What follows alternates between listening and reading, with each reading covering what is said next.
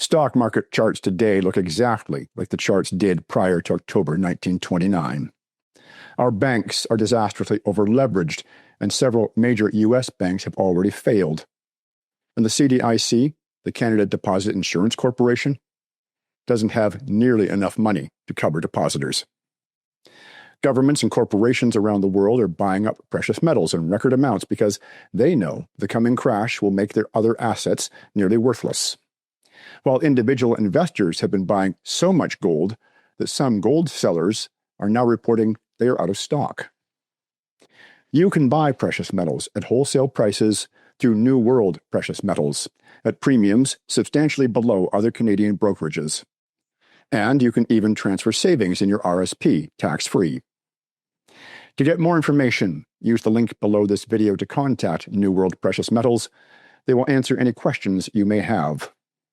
If you were looking for professional advice on protecting your assets, you may also wish to contact Adrian Spitters, a personal financial consultant who successfully predicted the stock market crashes of 2000 and 2008. You will find Adrian's contact information below as well. Just a few days ago, the World Health Organization voted on the hundreds of amendments to the international health regulations, amendments that will give them dictatorial power over all member countries to declare health emergencies internationally, and to demand that those countries adopt tyrannical health measures. Worst of all, the amendments define a health emergency as whatever the director of the WHO says it is. While at the time of this recording, the WHO amendments vote has not yet happened, I'm predicting that they will ram them through in one form or another. Unfortunately, we here in Canada don't have to wonder what that level of power to violate our rights would look like. We need only look at our own province of BC. BC, where in 2022, Bill 36 was passed as the Health Professions and Occupations Act, an act which gives the government their dictatorial power over healthcare workers. Thousands of frontline healthcare workers in BC lost their jobs over their refusal to take an experimental injection. Last October, Bonnie Henry, the public health officer of BC, announced that those requirements are still in place. And the BC healthcare system is collapsing due to a shortage of workers, a shortage which the health officer's mandates caused. Dr. Ben Turner was a surgeon in BC. He also holds a master's degree in healthcare ethics and is the president of the Canadian Society for Science and Ethics in Medicine. Ben contacted me recently in regards to a court decision handed down just a few weeks ago, a challenge brought before the courts in BC by workers who had been fired for refusing the vaccines. They lost. The court decided in favor of the government and upheld their vaccine mandates, even for those working from home. This is what healthcare tyranny looks like. This is what the WHO wants the power to do to all of us.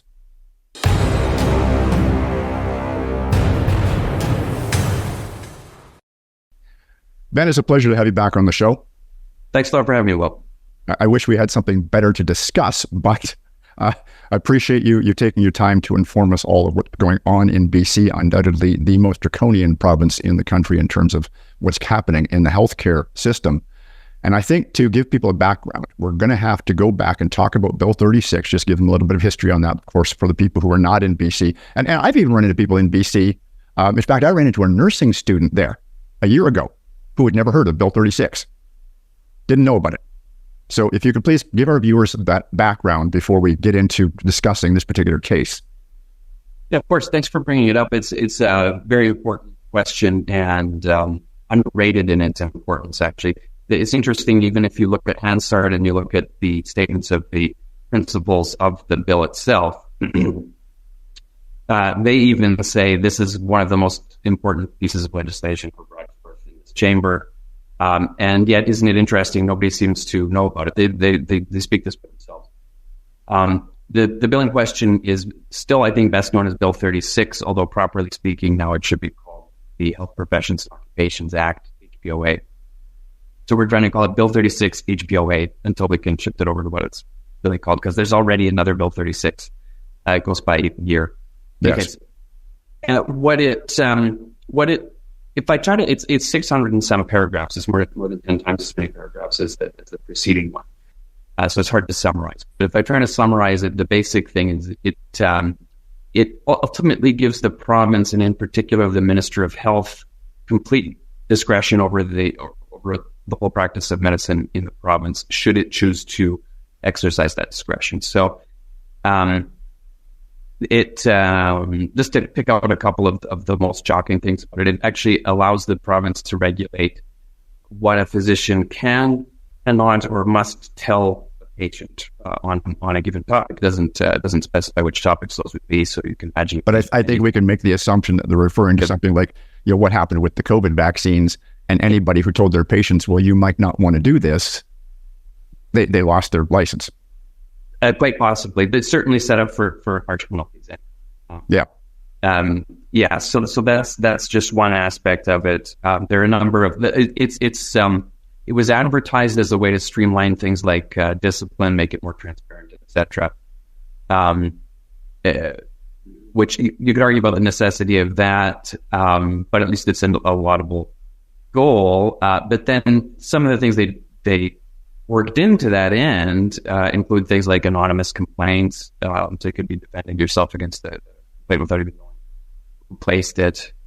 It starts to codify things like, there were physicians who were getting prosecuted by regulatory colleges during COVID for things they said publicly, which were clearly not meant to constitute the practice of medicine, but they're just public statements about matters of public interest in the medical realm. This codified more clearly that you can be prosecuted for those things. They were before they were kind of running on supposition. It wasn't explicitly in the previous act. Now it's in the act. So a number of ways in which it really strips physicians of their ability just to tell their patients or public what they really think. And so obviously you and I agree that's pretty dangerous. Right. But then part of this, too, was also the vaccine mandates for healthcare workers.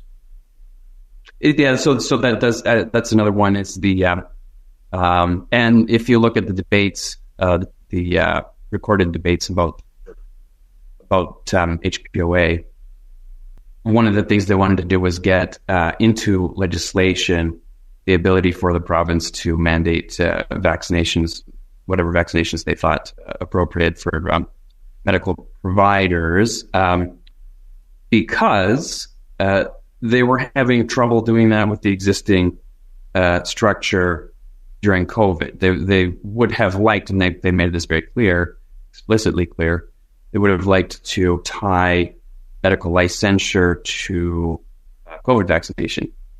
And one reason and another, they backed away from that. And I think one of the reasons is they didn't have the legislative apparatus for it. Again, they would have just they would have been bluffing, and they might have got away with it. They might not. Here they've got the legislative apparatus for it.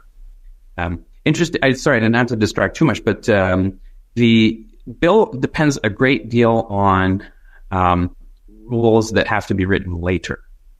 And although the bill was passed over a year ago, the going to write them later rules, we're still waiting for them. So we don't even really know exactly what's in the bill, since it can't be interpreted with those rules. And I find it hard to say that it was really voted on in the legislature when most of the structure of it was never before the legislature. And that's leaving aside the fact that it was rushed through after discussing, I forget, I think it was a couple hundred paragraphs. They just skipped a bunch more and then forced a vote on it. Well, that's very disturbing, because the World Health Organization's amendments, that's exactly what they're trying to do there now, because they couldn't get a consensus from the countries that are involved. They're wanting to ram it through at the end of this month and just basically say, well, we'll write certain things in later. Well, okay, but that's just basically giving them or the BC Health or Authority a blank check to write whatever rules you want later on. And the rules are horrendously draconian already. It's alarming to think what they could do with that if they're handed that kind of power, which they have been, of saying, well, we'll just write them later. Well, now we've given people that background. And I think I have to mention one more thing. As far as I recall, and please correct me if I'm wrong on this, it was the act was passed in 2022. Right. Last October 2023, Bonnie Henry, public health officer, said, oh, no, you still have to have the vaccines to work in the system. There was some sort of review, and she said, nope, you still have to have them. When the rest of the country has largely moved on, and a lot of provinces have invited back the healthcare workers who were fired or released or put on, suspended leave or whatever because they didn't take them. And BC is still saying, oh, no, you have to have them. And so you had a group of people there who took the public health officer to court. And I'd like you to tell us what happened, because the decision was just rendered very recently.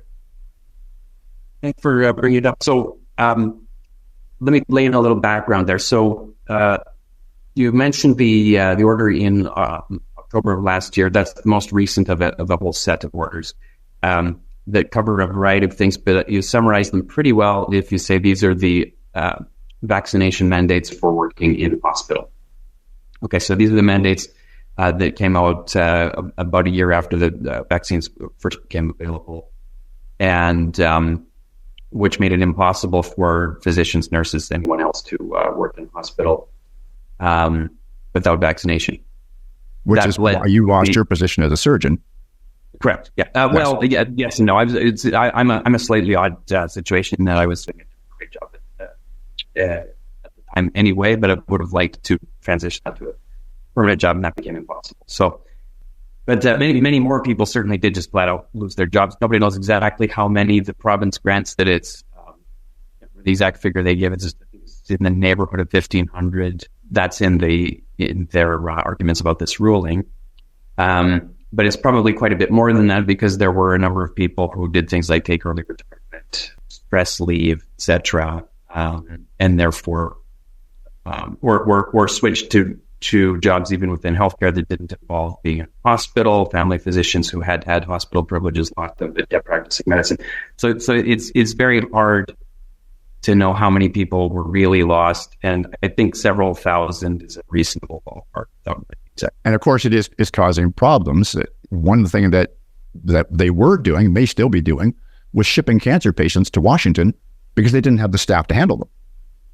That's correct. And I don't know whether that's still ongoing or not, but that there are specific people who have been very public about having to go to Washington for their treatment.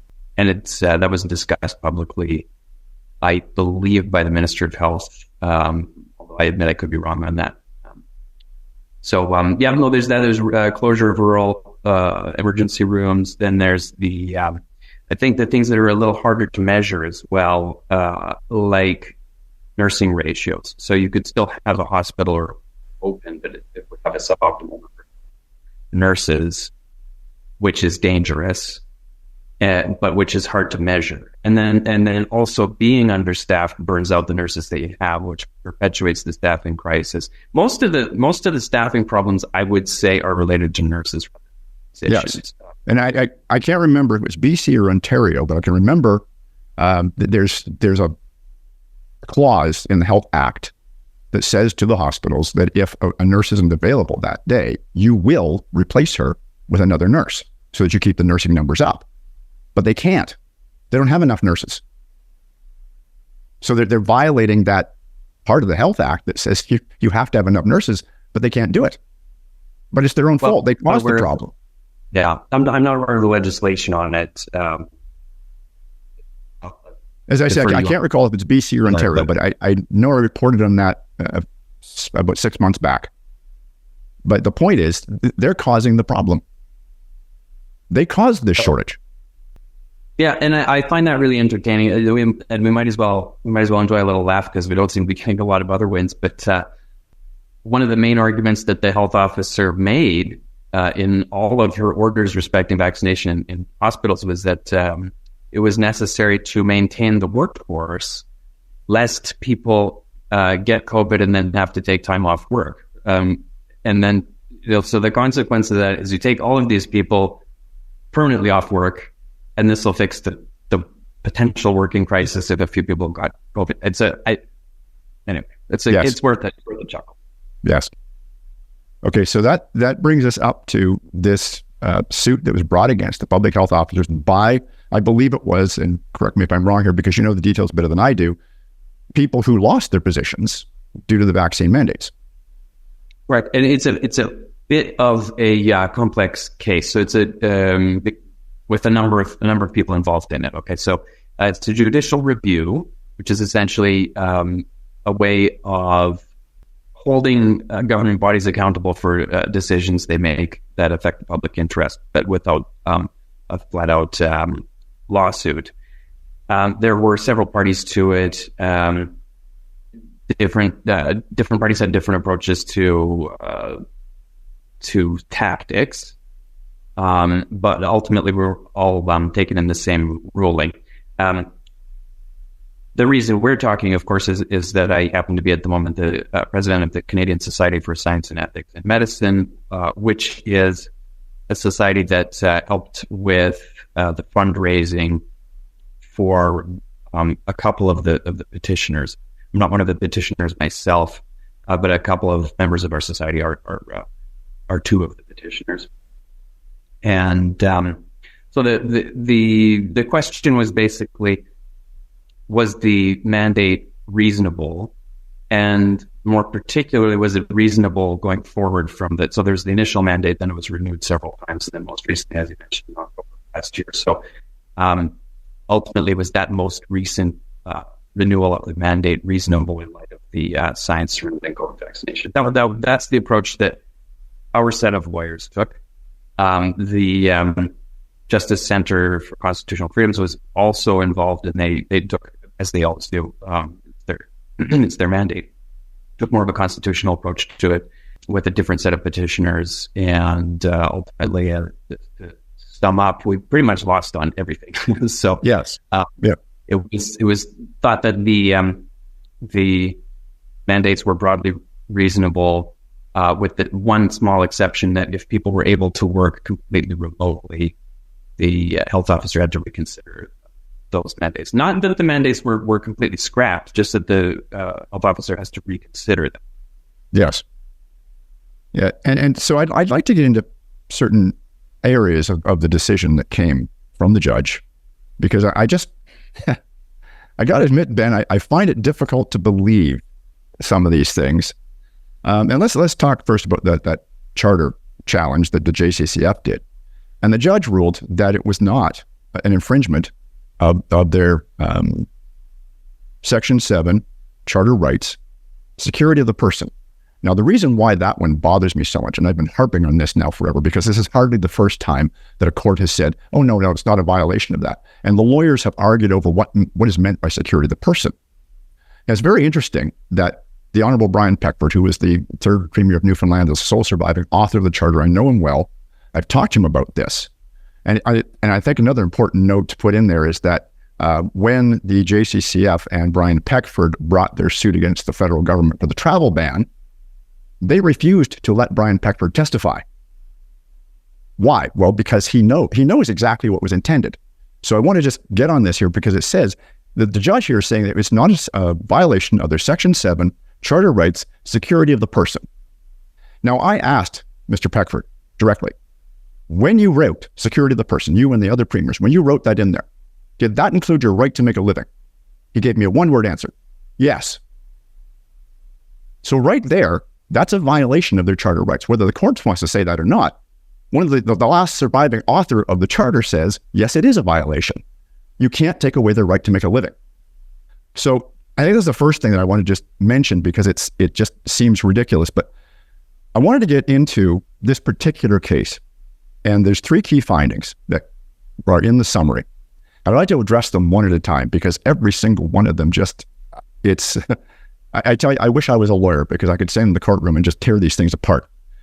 So, transmission of the virus continued to pose an immediate and significant risk to public health throughout the province, justifying the ongoing use of the emergency powers in the Public Health Act. I'm sorry, what? I interviewed a fellow who was in the Victoria Hospital back in the spring of 2022, when the newspapers were saying it was full of COVID patients.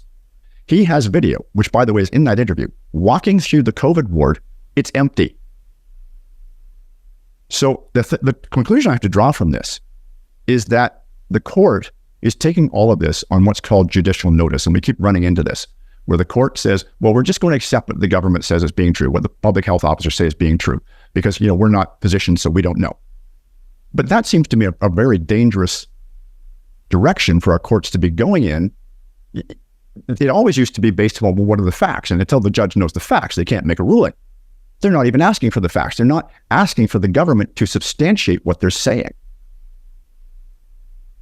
Well, I would modify that a bit. So, number one, judicial notice, I'm sure most of your viewers are aware, is a very dangerous thing. Because the idea is basically that the court doesn't need to ask for evidence or weigh arguments or whatever to show that the sky is blue, right? If everybody should just be agreeing that the sky is blue, then fine. If the sky is blue, not a topic. But it has been used a bit more recently to basically take notice that one side is right on the question the parties are disagreeing over, and that's obviously very worrying. That is not what happened here. So the judge actually goes to some length to talk about balancing of the deference that he thinks he owes to the health officer with avoiding he doesn't want to be a rubber stamp for decisions. Otherwise, there's no point having judicial reviews at all. And these are good principles that he's like. There are parts where I can't quite follow how he's following those principles in practice, though. So for the question of whether the vaccines, the question of, yes, it's slightly different from the question you just brought up, but obviously related. The question of whether the vaccines really prevent transmission. He said, there's plenty of evidence here. There's thousands and thousands of pages that's submitted by the government. There's submitted by petitioners. And so we've got a robust record here. We should be able to tell the right answer. How do we tell the right answer? Well, there's this helpful summary put together by Dr. Dove, who is from the Office of the Provincial Health Officer. She tells us how to read all this evidence. And if that's not rubber stamping, it's hard to see how rubber stamping would do. It looks to me as if you asked one party of the disagreement how to weigh the evidence before the court. And that's a degree of deference that seems very close to nullifying the whole point of a judicial review of the whole process. Now, I grant I'm not a lawyer, I'm certainly not a judge, and I want to give deference to the judge in the question as well. But at the same time, I do think that there's room for reasoned discussion and common sense in legal matters, and that one bothers me. Yeah, and it should, because this, to me, this is the foundation of the whole case. It's the foundation of the vaccine mandate, the claim that there was this dangerous pandemic. And yet... Yeah, actually, so let's go back on that one, too. Sure. That's an interesting part of both the rhetoric of the provincial health officer and the judge on the case. The question, is there still... we never got into the question of, was there ever a pandemic? Was there a dangerous pandemic? My own experience in hospitals is that, there were a decent number of people really, really sick with COVID. Yeah, it's not made up. The strain on the system was overrated. But anyhow, that's not part of the question. The question is, are we still in are we still in an emergency situation? And we thought we had them when the provincial health officers started coming out and saying things like, well, okay, finally we're now at this phase where we can start treating COVID like seasonal flu. We thought, okay, great. Well, flu vaccines aren't mandated to work in hospitals, so COVID vaccine won't be anymore either. And so that question comes up to the counsel for the provincial health officer, and they said, well, there's a distinction. Okay, there's a distinction between emergency outside hospitals and emergency inside the hospitals. And what the provincial health officer meant is there's no emergency outside the hospitals. There's still an emergency inside of the hospitals, and therefore we still retain all of these emergency powers. I find that less than persuasive. The contradiction here strikes me, and that was what we were discussing a few minutes ago. So now they're claiming there's still an emergency in the hospital, by which they must mean they're understaffed. They don't have enough resources to handle the patients, but they caused the problem with the vaccine mandate in the first place. Well, they contributed to it. I mean, to be fair, as it's fair as possible to them, the argument they make is that COVID could come back and overwhelm hospitals. They didn't mention much about staffing or anything. I think basically my problem with that particular point is not that they contribute to the staffing crisis. It's that they've got such a low bar for what counts as an emergency that I really have no idea how we would ever be considered not to be an emergency. There are always going to be people with infectious diseases. And that's a very interesting statement, Ben, that you just made. I'm going to ask you to expand on that. Their definition of an emergency. You're a physician, you're a surgeon. I think you're pretty qualified to judge what would be a health emergency and what wouldn't. What's your thoughts on how low have they set this bar? What's an emergency to them? Well, it's interesting. The legislation basically says an emergency is what the provincial health officer counts as an emergency. And then sounds like anything the provincial health officer says an emergency is an emergency. Pretty much. And that's also the judge in the case relies on that part of the legislation when he again, to give him justice, he's not this is not the only argument he uses. He also tries to look into the science on the question. Obviously we differ on the conclusions there, but one of the points that he makes is, here's what the legislation says. If the provincial health officer thinks it's still an emergency, it's still an emergency. And he's right. It says that. So what, obviously we're all disappointed in this ruling. We have various concerns about the ruling itself, but it does also depend quite legitimately on bad law. It's a good in some ways. Again, I have problems with it, but in some ways, it's a good interpretation of bad law. Now, and as I was saying when we started talking about this point, the claim that there is a health emergency is the foundation of the entire thing, and yet the courts aren't questioning it. They're just going to take it on judicial notice from the public health officer. Oh, there's an emergency. As you said, what the heck is the point of this judicial review if they're just going to automatically side with the government? Right. And I again, forgive me if I sound like a broken record. I don't believe that judicial notice is the right expression to use here, because the justice did try to do more than just take it on notice that the provincial health officer says there's an emergency. He did try to discuss the question. I think he came to the wrong conclusion. Let's move on to point B. An unvaccinated healthcare workforce continued to pose a risk to patients, residents, clients, and healthcare workers in hospitals and other healthcare settings, and to the functioning of the healthcare system, and to constitute a health hazard as defined by the Public Health Act. But the governments and the public health officers across the country have come right out and said the vaccines don't stop transmission.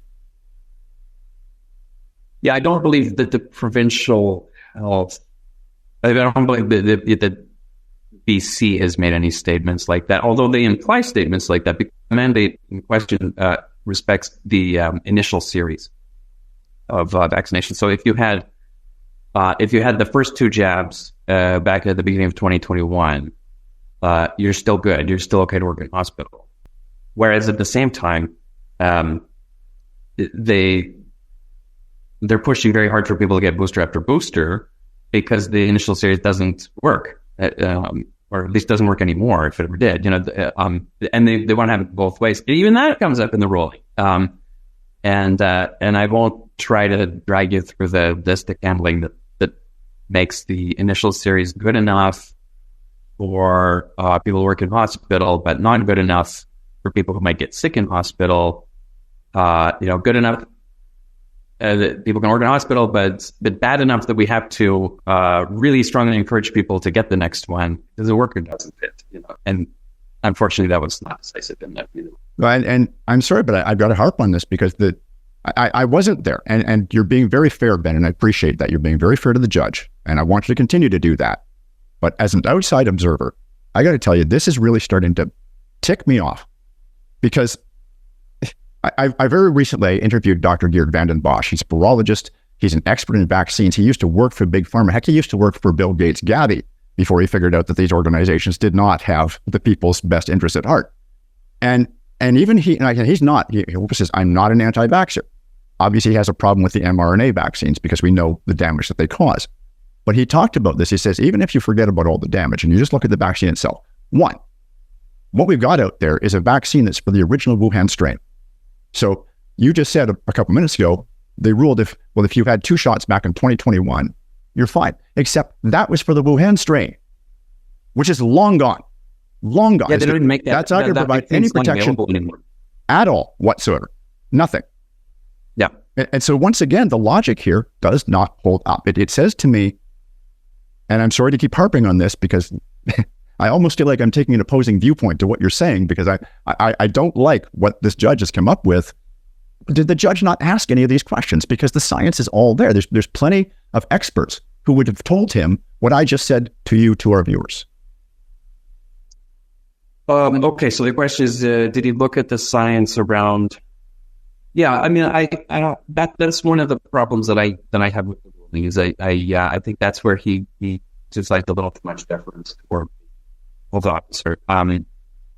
Insofar as the main thing he, at least by my reading of it, and I have read the whole ruling, by my reading of it, the chief thing he relies on is a report filed by Dr. Dove, who works for the provincial health officer. And this report aims to summarize all of the admittedly voluminous data around vaccinations, and big surprise, it finds that they're very effective against severe illness, against illness, and also I can't remember if she quantifies it, but it's supposed to be somewhat effective against transmission as well. But that's where I have a problem. If you've got thousands of pages of documentation, fine, yes, you need some way to summarize that.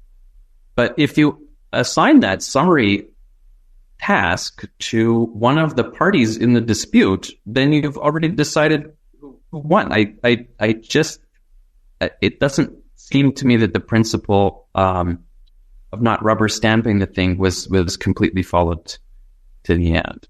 So if I'm understanding what you're saying correctly, the judge did ask for some kind of evidence, was submitted thousands of pages, I'm assuming, by the public health officer or their office. Yes, but also by us as well. Like, and when I say us, I mean the various petitioners that filed various kinds of evidence. But then he allowed the public health office to summarize that information. I believe that's a fair way to put it. Yeah. So I'm sorry, Pan.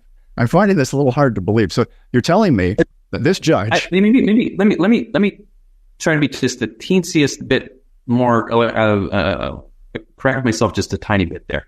I believe the way to put it most accurately is a summary of the rest of the evidence was also submitted as part of the evidence, and was considered... to have been. So it's not like they got the evidence and then he gave a special job to Dr. Dove. Now you summarize this and tell us what it says. It's not like that. That summary was submitted early on as part of the evidence. Right. So anyway, I said in the interest of perfect accuracy, not because I think it makes a difference in the outcome. The outcome is ultimately we relied on what the PHO, not herself, but her office says the evidence says. Yes, but the essential question I'm trying to get at here, because maybe I'm not understanding correctly, is our side got to submit evidence as well, but it's sounding to me like the people who summarized that evidence that our side provided was Dr. Dove, the PHO. Oh, I see what you mean. Yeah, no, forgive me, I cannot recall whether she considered the evidence that our side submitted specifically or not. So I can't answer that. Right. Okay, so and I'm still maybe not following her because our side submitted evidence. Did the judge review that evidence? He did, but none of it really made it into the ruling. So I don't know how it weighed while he was deliberating.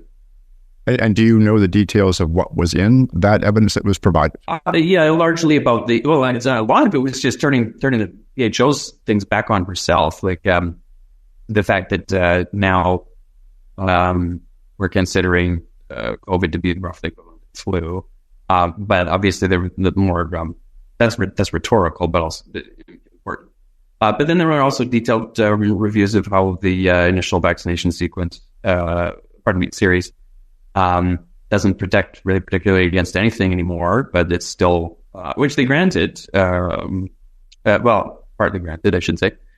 They granted that it doesn't work as well as what they would like everyone to have. What I want to tell you is how the judge, and I think this is what you want me to say, how did the judge interpret the evidence that we submitted? And I can't say because he didn't say it himself. It's not in the ruling, so far as I can find it. So in the ruling, there's no, I admit I've just had time to read the summary of it. Right. And it's something like an 80-some-odd page document. Right. In this ruling, and of course you've read through the whole thing, there's no references in there to the evidence that was presented by our side. Yeah, not down to line item, if you will. Like he repeatedly says, and counsel for fill in the blank, whichever petitioner submitted evidence regarding fill in the blank, but not particularly the specifics of it, with particular papers that were cited, how those might interact with the papers cited by the PHO, etc. So it leaves us a little in the dark, but on the other hand, not too much in the dark, because in another place he says, here's the summary by Dr. Dove, cites it several times, and says why he thinks that this is where he should really go to interpret the evidence as a whole. Okay, so I just want to be very clear here, Ben. So what I'm seeing so far is a decision was made by this judge where he accepted at face value statements that were made by the Public Health Office and appears to have given very little consideration to the evidence that was presented by our side. That's how I read it. Okay, I want to give as much deference as I can, but I just from his own statements in the ruling, it seems to me that he considered it his duty to take the provincial health officer's summary of everything as dispositive. I believe I am correctly stating what he himself is stating. Yes, and my point here, and I realize that you're a very diplomatic person, and I appreciate that. I don't, I want people on my show who will fairly present, but I'm just a journalist. I'm a freedom fighter. I have my own opinions, and I'm going to voice it here. It sounds to me like the decision was made before you ever went into the courtroom. The judge is going to just accept what the Public Health Office says, and they're barely going to even look at your evidence. Wow. Let's move on to this last point. Point C. It was essential to maintain the high level of workforce vaccination already in place in these settings as the best means to mitigate these risks and safeguard the public health system in the province. But as we've just discussed, the vaccines that were administered, even if we accept that they worked, therefore a strain of the virus is long gone. Dr. Brandon Bosch and many other epidemiologists, virologists that I've interviewed have said, yeah, it might give you a higher level of antibodies for a while, but it wanes very quickly. So even if that strain still was around, these vaccinations still wouldn't protect you. I'm sorry, Ben, but it just seems to me that there is zero evidence for that statement, that it's somehow going to protect the healthcare system. Well, it's at least very, you have to take a number of steps and each one's questionable. So, the idea that I think it's best summarized by the PHO's office itself, in the fact that they don't pretend that the initial series is really all that effective in any other context. Like so talking about whether they want people to get other vaccinations, the booster vaccinations, the latest strain of vaccination against COVID-19. There is no context except for these ongoing orders where they claim that the initial series is of any significant effect. And then they do try to finesse that in the ruling, and the judge finds them persuasive. Well, maybe they're a bit, but having had the initial series plus having got COVID is better than just having got COVID. I think you can get a little tied up in 85 pages of trying to make sense of every little point. And sometimes it helps to back up to 40,000 feet and say, you are trying to have it both ways. And it can't. It doesn't make sense. No, it doesn't, because nothing about this decision makes sense to me. So the last point, before we get into more general discussion, as you said very early on in the interview, the one concession that the judge made, sort of concession, was saying that he did not find it reasonable that the public health officer was still requiring people who were working remotely to have the vaccines, working from home, supposedly. Right, that's correct. But there was no order made to the public health officer to change that, right? They just said, well, you should take this under consideration. Exactly, yeah. So she could perfectly easily, I don't know how to speculate what she'll do. There's basically there are two options. One is just let people go back to their remote work and be done with it. Or say that she's reviewed all of these cases and say that actually on review, you're still not allowed to work. And then that opens her up to further actions in court. And I don't know it'll be interesting to see which way she goes. But you're absolutely right. The judge put it back to her. He didn't make the decision for her, although he says that in the right circumstances that would have been the thing to do, but given the present circumstances, the right thing was to protect her. All right. So now, Ben, I want to get into more of a general discussion because, of course, yes, you worked as a surgeon in BC. You've been heavily involved in fighting for the rights of the healthcare workers there. Here we are in May of 2024. Vaccine mandates across the country were largely ended in the spring of 2022, almost 2 years ago. And we've still got BC with these draconian measures. I'm not even sure what specific question to ask you. It seems like a train wreck to me. Like they're just destroying the healthcare system in BC.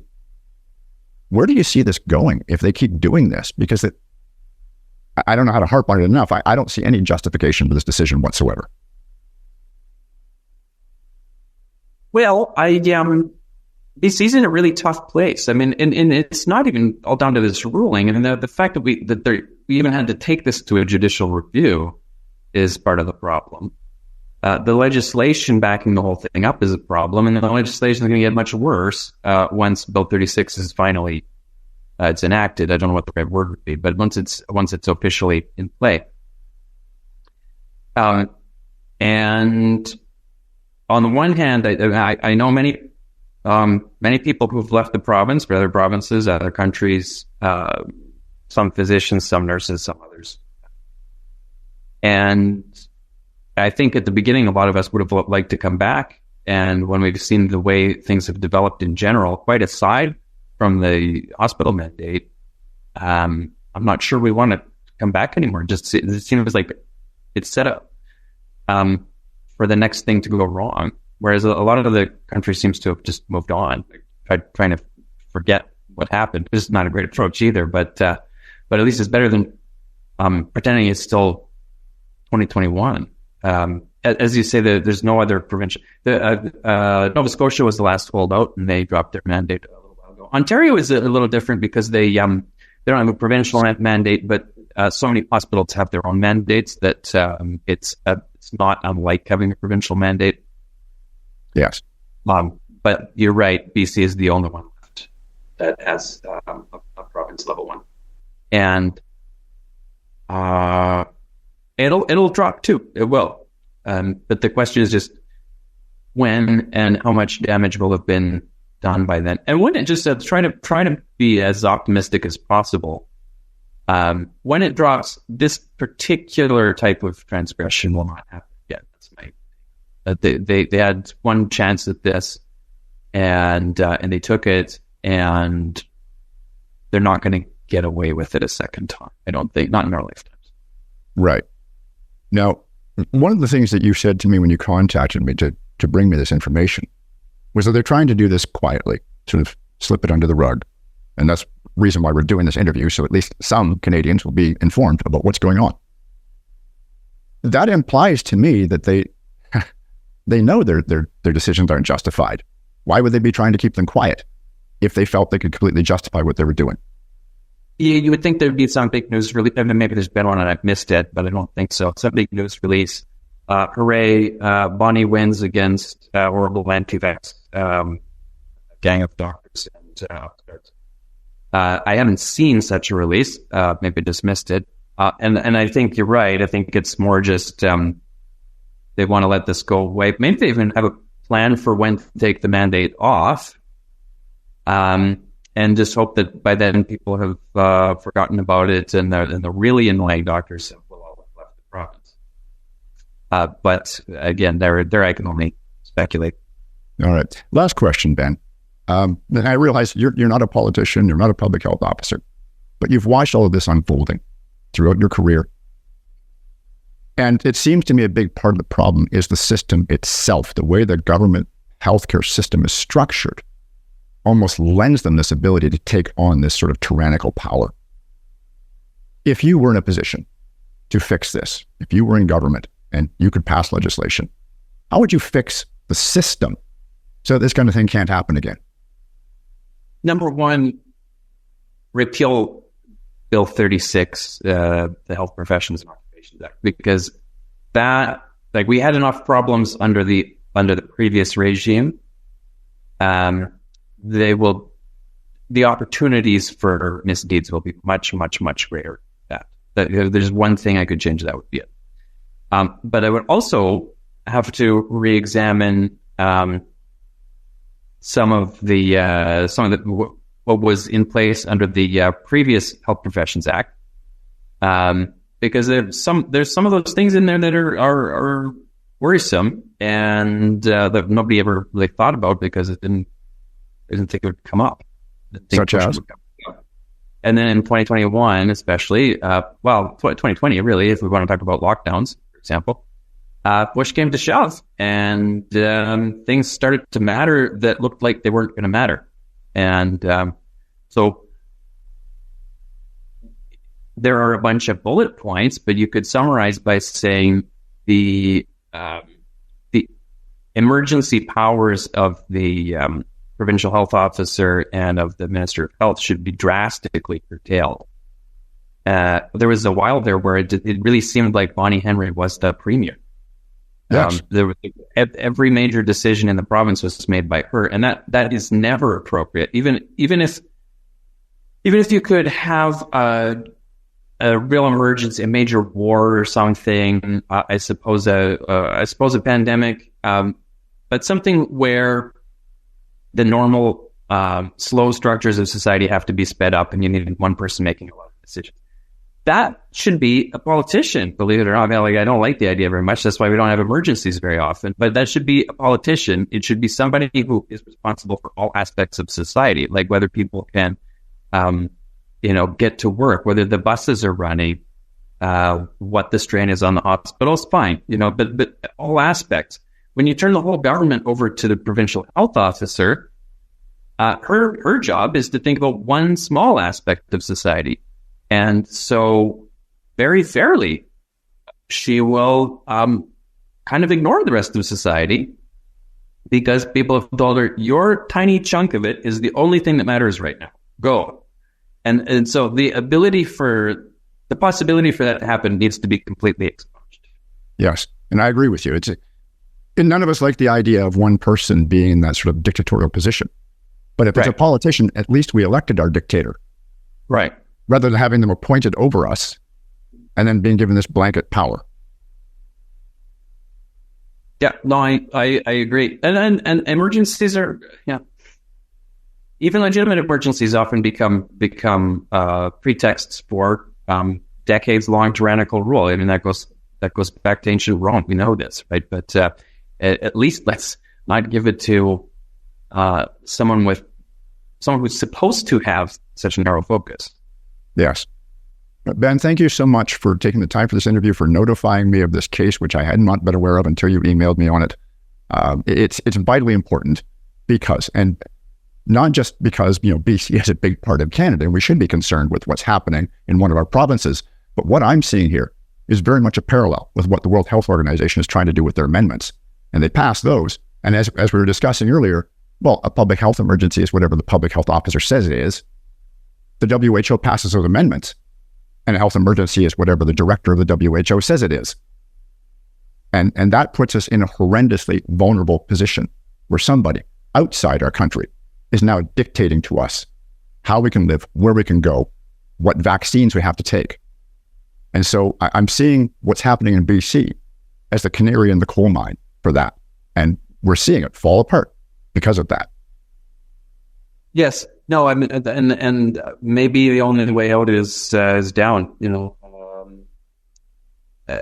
I would like to think that the pendulum has swung about as I would like to, and I do think that the pendulum has swung about as far as it's going to, at least in the medical realm in BC. And I think we're going to start seeing things swinging back the other direction. I'd like to end on, somewhat positive. Well, I think you are right. And actually, something I've taken a great deal of encouragement from is that the Conservative Party there, just a few months ago, the polls said, and keeping in mind, folks, in BC right now, the Conservative Party has 2 seats. But the polls a few months ago said if there was election then, the Conservative Party would form the official opposition. As of just about 3 weeks ago, the polls said they'll win. A minority government, but they'll win. And to me, living in Alberta next door to BC, and obviously having visited BC, and it felt like many other Albertans, it's an extremely liberal NDP province. To hear that British Columbians would vote Conservative, that really tells you something. That hasn't happened in a while. Yeah, I mean, we've had, the Conservative, for the sake of other provinces, with the Conservative-ish party in BC, for as long as I've lived, was the Liberal Party. Yeah. And so it was sort of like liberal, but everybody knows we're conservative, was the name of the party. And then during COVID, everyone realized you don't seem to have really very many conservative principles, certainly none that you'll stick your necks out for. So I obviously I don't personally, and obviously, especially in my capacity as president of CSSCM, I don't endorse any parties, but I can observe that the Conservative Party, the capital C Conservative Party in British Columbia, they seem to be filling that void. People seem to be finding something in them that they didn't find in the Liberal Party. And if I were to speculate what that is, I do notice the Conservatives are the ones who say things like, for example, the vaccine mandate should go. Nobody. I take that back. Maybe the ex-Liberal Party, this new name, I can't remember. I think maybe they've been making some weak statements there as well. Obviously, just in the wake of the Conservatives. Again, I'm not trying to endorse any candidates or parties, but I just observe a trend. Yes, and I think you've made. And actually, on that note, again, I would like to end on a happy note. The Premier recently had a little clip talking about how we've we can't have a conservative government in BC because the head of the Conservative Party recently called for unvaccinated workers to come back to work in hospitals in BC. How horrifying. There's measles. There's measles around. People die of measles. Children die of measles. And it's good for a chuckle because the vast majority of people who are fired of vaccine have had the measles vaccine and are perfectly happy to have had it. But it's also good for some optimism because it shows that COVID is not scary enough anymore for him to score political points by going as all anti-vaxxers over not having COVID vaccines.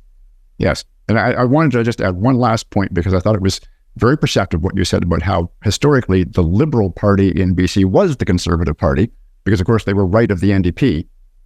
Well, John Rustad, who is now the leader of the Conservative Party, used to be a Liberal. And he left the party, and within, I think it was a couple of months, was elected the leader of the Conservative Party. So I think, yeah, you're right. What we're seeing is just this, maybe it's more of a shift back to rationality, really. I would say that probably for somebody in Alberta, having interviewed John Rustad, I think he's got some great policies, but I would think that his policies to more Albertan would still seem fairly left. And yet in BC, they're much more rational, much more centered. And hopefully we're going to get back to that kind of rational thinking, rational government that will not tread on people's rights. So once again... Yeah, couldn't agree more. And I think another theme that has come up in the past few years related to that is it's not a right-left thing anymore. It's a freedom or not freedom thing. And there are people on the right and there are people on the left who completely betrayed their countries, and there are people on the right and people on the left who found in the last few years a new stimulus to go back to basic human rights. And I think that very much smaller second group is starting to wake up. It's springtime.